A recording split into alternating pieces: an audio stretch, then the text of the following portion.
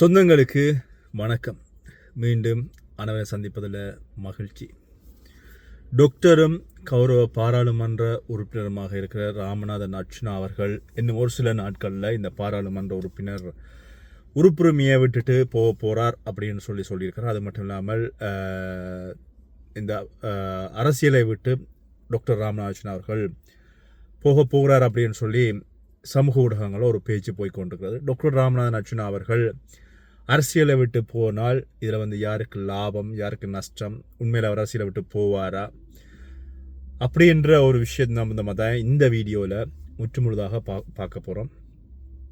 அது மட்டும் இல்லாமல் டாக்டர் ராமநாதன் அர்ச்சுனா அவர்கள் அரசியலை விட்டு போனால் இங்கே யாருக்கெல்லாம் சந்தோஷம், யாருக்கெல்லாம் கொண்டாட்டம், யாரெல்லாம் கொடிகட்டி பறப்பார்கள், யாரெல்லாம் மகிழ்ச்சியின் உச்சத்தில் இருப்பார்கள் அப்படின்றத கமெண்ட் பண்ணுங்க. டாக்டர் அர்ச்சுனா கிட்டத்தட்ட 2 வருடங்களை தாண்டி இந்த அரசியல் பயணத்தில் டாக்டர் ராமநாதன் அர்ச்சுனா அவர்கள் நிற்கிறார். தன்னுடைய பாராளுமன்ற உறுப்பினர் பதவியை சகோதரி கௌசல்யாவுக்கு கொடுத்து விட்டு தான் எம்பி பதவியை ராஜினாமா செஞ்சு விட்டு போகிறேன் அப்படின்னு சொல்லி அண்மை காலங்களாக சமூக ஊடகங்களில் டாக்டர் சொல்லிக்கொண்டே இருக்கிறாரு.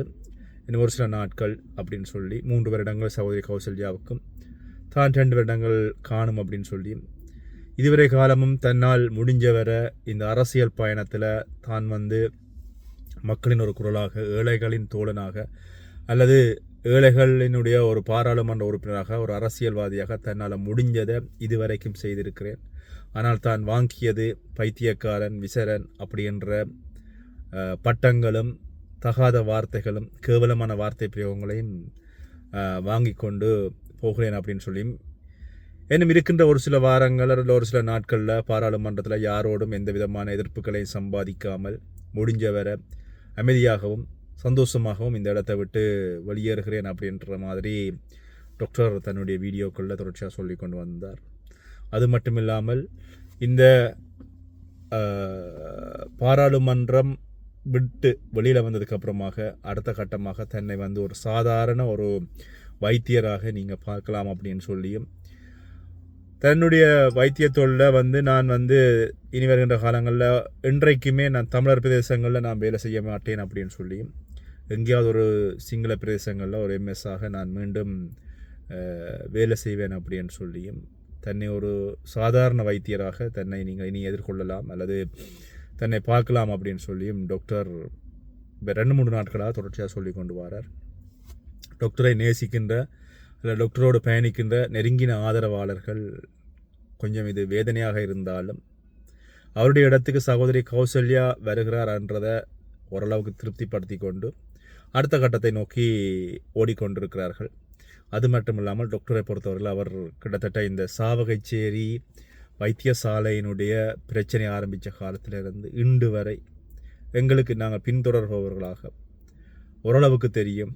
அவர் நிம்மதியான துய்த்திரை இல்லை, நிம்மதியான சாப்பாடு இல்லை, உடம்பை கவனிப்பதில்லை, மகனை கவனிப்பதில்லை, தன்னுடைய வாழ்க்கையை கவனிப்பதில்லை. தொடர்ச்சியான ஓட்டம், ஊழல்வாதிகளை கண்டுபிடிக்கிறேன், ஊழல்வாதிகளுக்கு எதிராக நடவடிக்கை எடுக்கிறேன் என்று சொல்லி சாவகச்சேரியில் ஆரம்பித்த இந்த பயணம் இன்று வரை தொடர்ச்சியாக நடந்து கொண்டே இருக்கிறது. யாருடைய ஆதரவும் இல்லை, எவருடைய துணையும் இல்லை.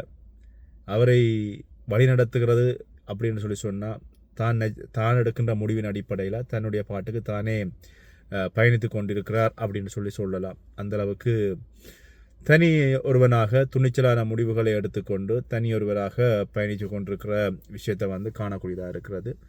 அந்தளவுக்கு டாக்டர் ராமநாதன் அர்ச்சுனாவுடைய இந்த 2.5 வருட பயணம், சாவகச்சேரி வைத்தியசாலையில் ஆரம்பித்த பயணம் இப்போ வரைக்கும் தொடர்ச்சியாக தனி மனிதனாக ஓடிக்கொண்டிருக்கின்ற பயணம். உங்கள் எல்லாருக்குமே தெரியும், சாவகச்சேரி வைத்தியசாலையிலிருந்து வெளியேற்றப்பட்டு அதுக்கப்புறமாக கார்லேயே தன்னுடைய வாழ்க்கையை நகர்த்தி கொண்டு எங்கே இருக்கிறேன், எங்கே நிற்கிறேன், எந்த ஹோட்டலில் நிற்கிறேன், எந்த இதில் எங்கே தூங்குகிறேன், எங்கே சாப்பிட்றேன் அப்படின்றது யாருக்குமே தெரியாது. ஏதாவது பிரச்சனைகள் வருகின்ற நேரத்தில் அவருடைய சமூக வலைத்தளங்கள் எல்லாம் நிப்பாட்டப்பட்டுவிடும்.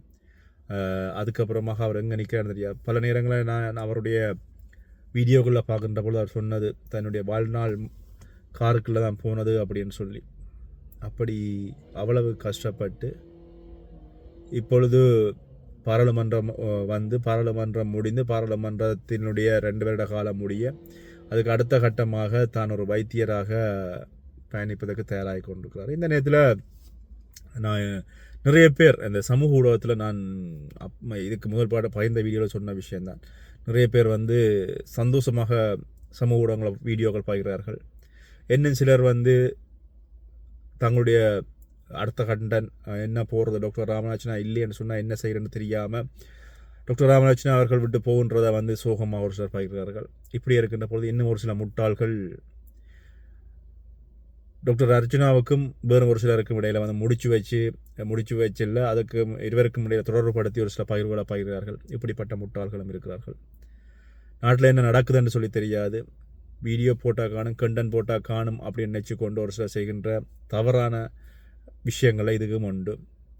டாக்டர் ராமநாதன் அர்ஜுனாவுக்கு இல்லாத அரசியல் அனுபவம், இந்த 2 வருடத்தில் அவர் கற்றுக்கொண்ட பாடங்கள், இந்த பாராளுமன்றத்தில் இந்த சிறப்புரிமையை பயன்படுத்தி பேசுகிறது அல்லது ஒரு பிரச்சனை வருகின்ற பொழுது அங்கே எழுந்து நின்று அதை சமாளித்து பேசுகின்றது, இந்த விஷயங்களை கடந்து இப்போ புதிதாக ஒருவர் மாகாண சபை தேர்தலில் வருகின்ற பட்சத்தில் டாக்டர் ராமநாச்சனாவை விட அவருக்கு அரசியல் அனுபவம் கூட அப்படின்னு சொல்கிறாங்க.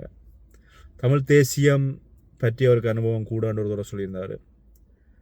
வெளிநாட்டில் இருக்கின்ற அல்லது நீண்ட காலமாக வெளிநாட்டில் இருக்கின்ற பலருக்கு தெரியும், இந்த தமிழ் தேசியத்தில் இங்கே எல்லாரும் 100க்கு 100% பற்றுறுதியோடு இருக்கிறார்களா, தமிழ் தேசியத்தை சரியான முறையில் வெளிநாட்டில்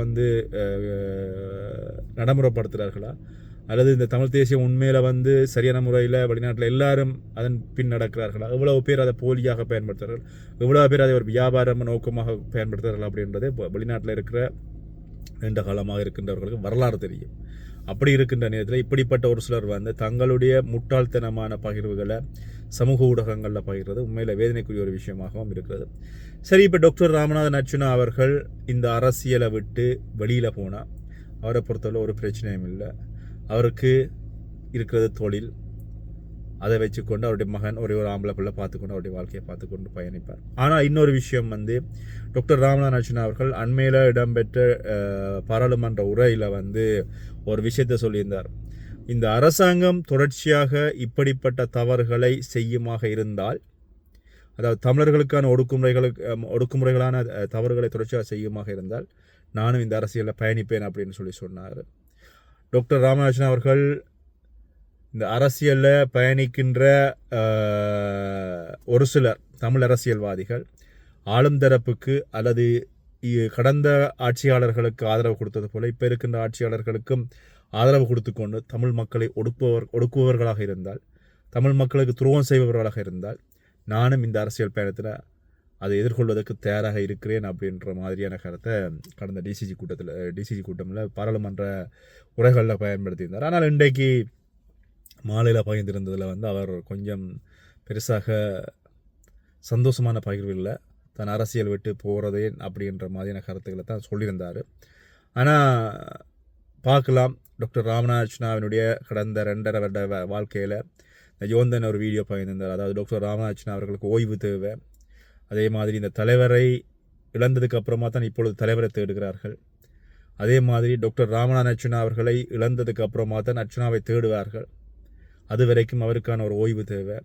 நல்ல உதாரணம் ஒன்று சொல்லியிருந்தார், படிக்கிறதுக்கு ஸ்டடி லீவ் விடுற மாதிரி, தேவையான சிலபஸை எடுத்து நாங்கள் படிக்கிற மாதிரி டாக்டர் ராமநாதன் அர்ச்சனாவுக்கும் ஒரு குறிப்பிட்ட காலத்துக்கு ஸ்டடி லீவ் தேவைன்றதை சொல்லியிருந்தார் யாருன்னா யோந்தர். அதே மாதிரி அதுதான் உண்மை, அவருக்கு கொஞ்ச காலம் ஓய்வு தேவை, ஓய்வை கொஞ்ச காலம் எடுத்துக்கொண்டு அதுக்கப்புறமா அவர் அரசியலில் பயணிக்கிறாரா இல்லையா அப்படின்றத நாங்கள் பொறுத்திருந்து பார்ப்போம்.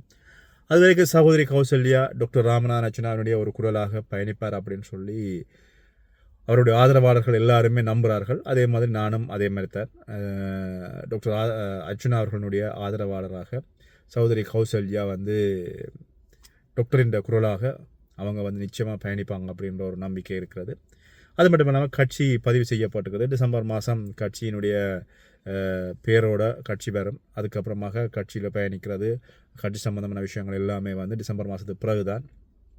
அதுக்கிடையில் டாக்டர் மனம் மாறலாம், அரசியலில் மாற்றங்கள் வரலாம், இந்த அரசாங்கம் கலையலாம், வேறு அரசாங்கம் வரலாம், இப்படி நிறைய விஷயங்கள் இருக்கிறது. எதுவும் நடக்கலாம்.